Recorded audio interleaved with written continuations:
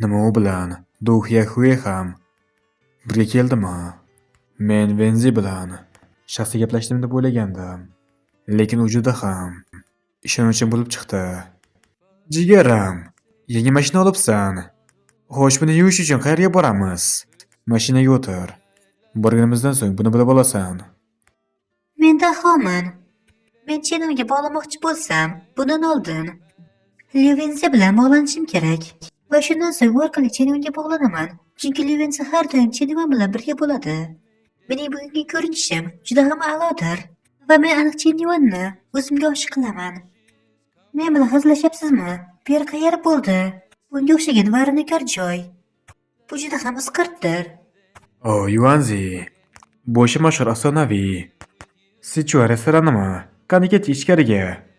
Sen meni baribirga ham juda ham mashhur, lekin taomlari bemaza bo'lgan va qimmat bo'lgan joyga olib borib meni hayron qoldira olmasding. Xavotir olma, men bugun senga bu ishni qilmayman. Shunday qani ichkariga kiraylik. Ye, bu restoran juda ham mashhurdir va uning ovqatlari juda ham mazalidir. Va bugun sen bundan bahramand bo'lasan. O, chindanmi? Ha, lekin yaxshi. Katta rahmat.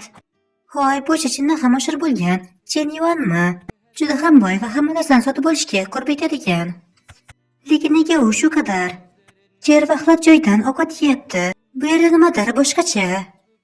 Salom barchaga. Hozirda barchangizga Jolliverda bo'lgan Gahuayin xonimning o'zining kompaniyasi haqida yaqin yuz beradigan yangiliklarni sizga namoyish etamiz. Gahuayinmi? Salom barchaga, men Gahuayin.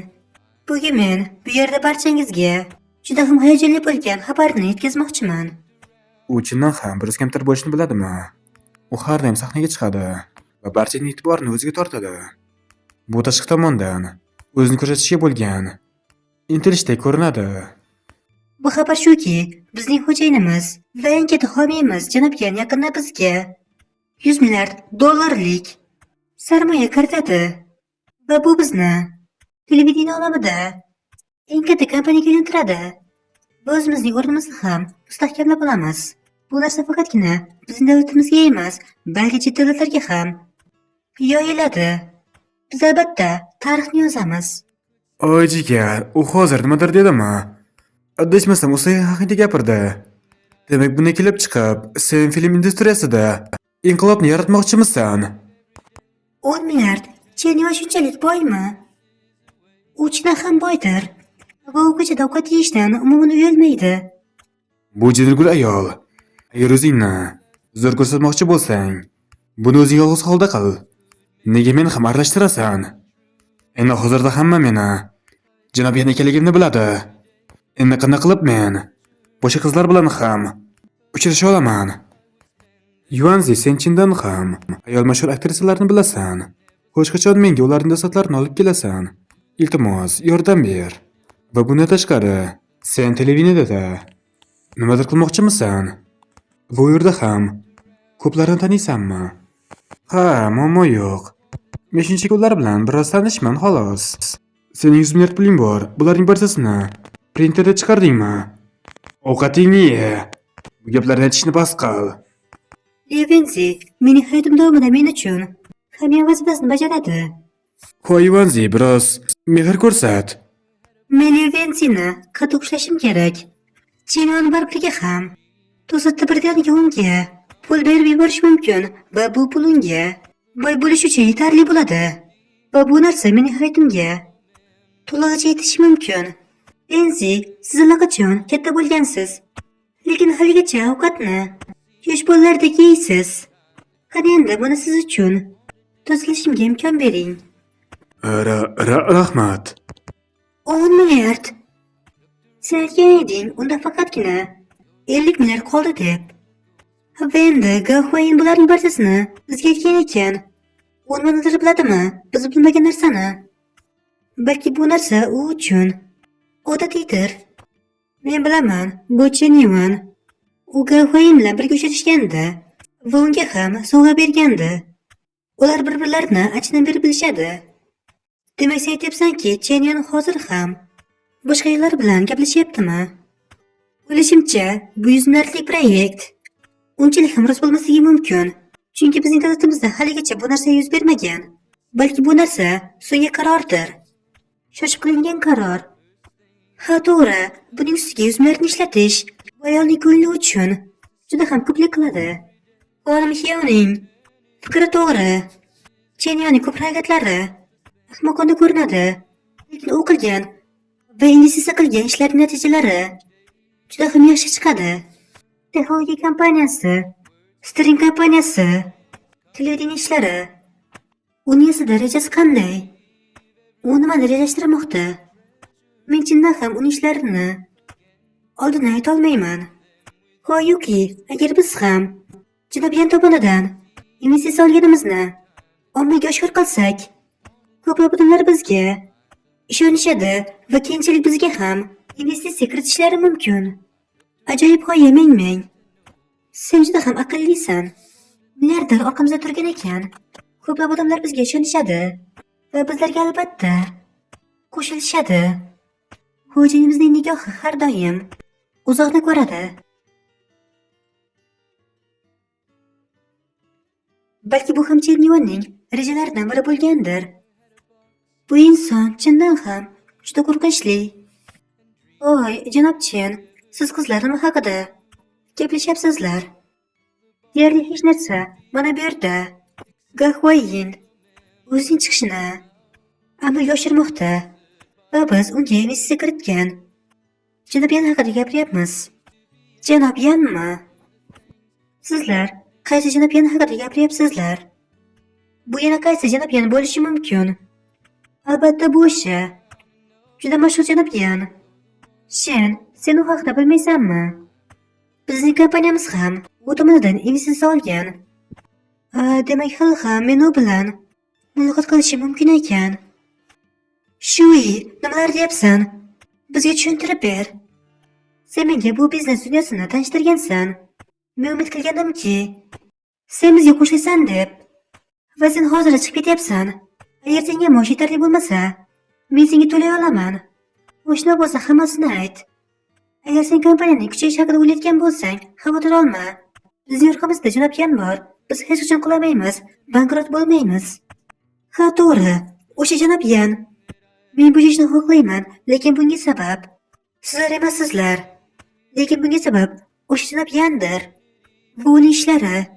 Agar men mutlaqo to'g'risini aytadigan bo'lsam, mening bo'shab kelganimga sabab men janob Yanni jahlidan chiqargandim. Bu mening kompaniyamni topdi.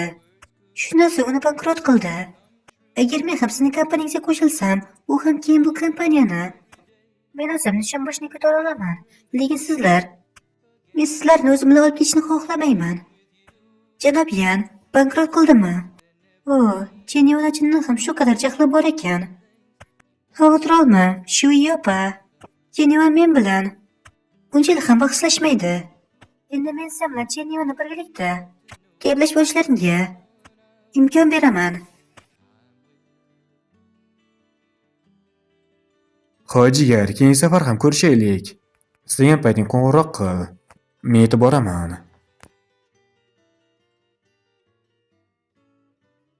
Chenyon, men hozir siz bilan bir narsani muhokama qilmoqchi edim. Nimadir bo'ldimi? Menga ayt. U haqida. Bu juda ham tez bo'ldi. Sen mendan o'sha millionlar haqida so'ramoqchimisan? Haligi Shui, sizni taniysizmi? Siz uning kompaniyasini bankrot qilgan ekansiz. Kim u Shui? Qayerdan? Qaysi bo'limdan? Ayta qol menga. Siz uni aniq taniysiz. U Shen Shui. Sizning stream kompaniyasini bankrot qilgansiz. Sizning bu ishingiz xato bo'lgan. U Shenni tanidingizmi? Ha, esladim. Ha, o'sha ayol, u har doim o'zini zo'r deb o'ylardi. U meni biroz asabimga tegdi. Shundan so'ng men unga dars bermoqchi bo'ldim. Va buning ustiga u ko'pincha odamlarni aldab yuradi. Sen bunga ishonasanmi? Chenyman, hozirda Shen mening kompaniyam uchun ishlamoqda. U o'zining darsini tushundi. Men kafolat beraman. U albatta kechirim so'raydi. Shundan keyin siz uni kechira olasizmi? Va uning bu shaxsiyati haqida unuta olasizmi? Yaxshi. Uning uzrini eshitmoqchiman. Agar bu xolajon o'zining aybini tushunsa, shundan so'ng unga hech qachon aralashishim kerak bo'lmay qoladi. Meni kechiring janobjon. Men o'tmishda xato qilgan edim. Iltimos menga bunchalik dushmanlik qilmang. Men va'da beraman, bu kompaniyaga va xonim Zayukiga qattiq yordam beraman va ishlayman. Men o'zimni bu kompaniya uchun jon-jahdimni beraman. Yaxshi kelishdik. Endi ishingda davom et. Rahmat Yuki, men hozirda yelkamdagi og'ir yukdan xalos bo'lgandek bo'ldim. Shui, senga aytadigan bo'lsam, Chinyon chindan ham juda ham yaxshi yigitdir. Endi biz barchamiz oilamiz. Xo'sh, shunday ekan birgalikda yaxshi ishlaylik. Sen shuyda chindan ham qobiliyat bor. Agar u Zayukining kompaniyasiga qo'shilsa, albatta bu kompaniyani yaxshilik ko'taradi. Qanday uyatli, mening atrofimda u kabi aqlli bo'lgan odamlar juda ham kamdir. Va aqlsizlardan biri Gahuayindir.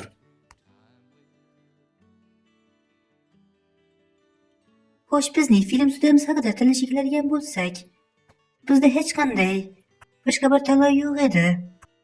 Kechirasiz, hozirda menga qo'ng'iroq bo'lib qoldi. Gahuayin, sen nimalar qilib qo'yding? Sen meni shunchaki sotding. Men va'da beraman, bu men emas edim. Xo'p, mayli, sen mening ismimni aytding. Men bunga chidayman, lekin mening ismim bilan birgalikda 100 milliard investitsiya ham aytding. Qanday qilib men buncha miqdordagi pulni bu qadar kichik kompaniyaga berishim mumkin? Demak, siz o'zingizni juda ham kamtar deb hisoblayapsizmi? Kamtarmi mening oyog'im? Sen har doim menga qimmat sovg'alarni bergansan. Va juda ko'plab pullarni davlat qilgansan. Va endilikda hozirda sen bu pullarni berishga qiynalib qoldingmi? Mayli, bu haqida unut. Endi gapirishdan foyda yo'q. Endi sen bu press konferensiyada merkellarimni aytishing kerak. Buni men uchun qil. Shuni qilaymi? Janobjon ba'zida juda ham sirli bo'lib qoladi. Yaxshi tushundim. Yaxshi, muammo yo'q. Uzr so'rayman, qadrli do'stlar. Men hozir janobjondan juda ham muhim bo'lgan biznes bo'yicha qo'ng'iroqni qabul qilib oldim. Ha, bu aniq janobjon. Ko'rishdan Gahuayin xonim hozirda bizga aytish kerak bo'lgan muhim bir xabar bor. Juda ham muhim xabar. Sirli janobjon o'zining haqiqiy yuzini ochadimi? Janobjon menga aytdiki, biz hozirda jurnalistlar ilovasi bo'lgan Big Cat TV platformasida ish yuritamiz. Bu platforma o'tmishda bankrot bo'lgan, ammo hozirda u qayta tiklangan. Shunday qilib bizning Huayin televideniyamiz Big Cat TV platformasi bilan strategik hamkordir. Hozirda biz haqimizda xabarlarni kutib boring. Xonim Gahuayin, menga ayting, sizlarning asl maqsadingiz nima? Nimaga siz bu kompaniya bilan birlashdingiz? Xonim Gahuayin, janobjon o'rtangizda qanday munosabatlar bor? Xonim Gahuayin, men bilmoqchi edim, janobjon keyinchalik qaysi platformaga yoki qaysi korporatsiyaga investitsiya kiritadi? Bu o'sha janobjonning Juniper platformasimi? Hozirda chiqdimi? Xo'sh, u ayollar bilan juda ham yaxshi kelishadi. Demak, u biz bilan ham yaxshi kelishish kerak, to'g'rimi? Albatta shunday. Men ham uning kompaniyasiga o'tishni rejalashtiryapman. Bu axir janobjondir. Agar bizning ko'chib o'tishimiz shartnomamizga zid bo'lsa ham, biz baribir ko'chib o'tamiz. Axir bu janobjondir. Janobjonning qo'llari Jolifer platformasiga ham kirib keldimi? Shu kunlarda bu sohaga juda ko'plar kirib kelmoqda. Va ular ham kirib keldi. Ular chindan ham muvaffaqiyat qozonishni xohlashadimi? Xo'jayin, bizda muammo bor. Bizning kompaniyamizning sheriklari, ularning barchasi bizdan ketmoqchi ekanligini aytishmoqda va bizning ishlarimiz ham ularning barchasi ishdan bo'shashni aytishmoqda. Bularning barchasi qanday yuz berdi? Nima bu mening qo'lashimning oxirgi ko'rinishimi?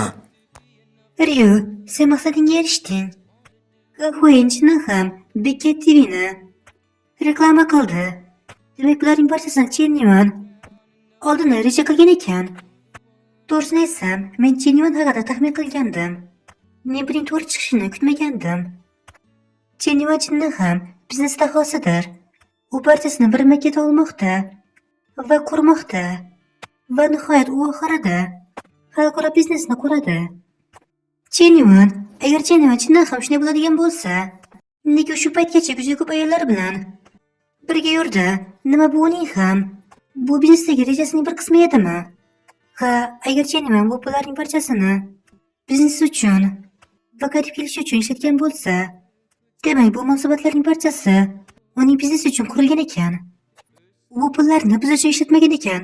U bularning barchasini o'zining maqsadi yo'lida ishlatgan ekan. Demak, unda hissiyot bo'lgan. Bizlar albatta yaxshi ishlar bo'la olamiz. Chen Yuan chindan ham meni sevganmi?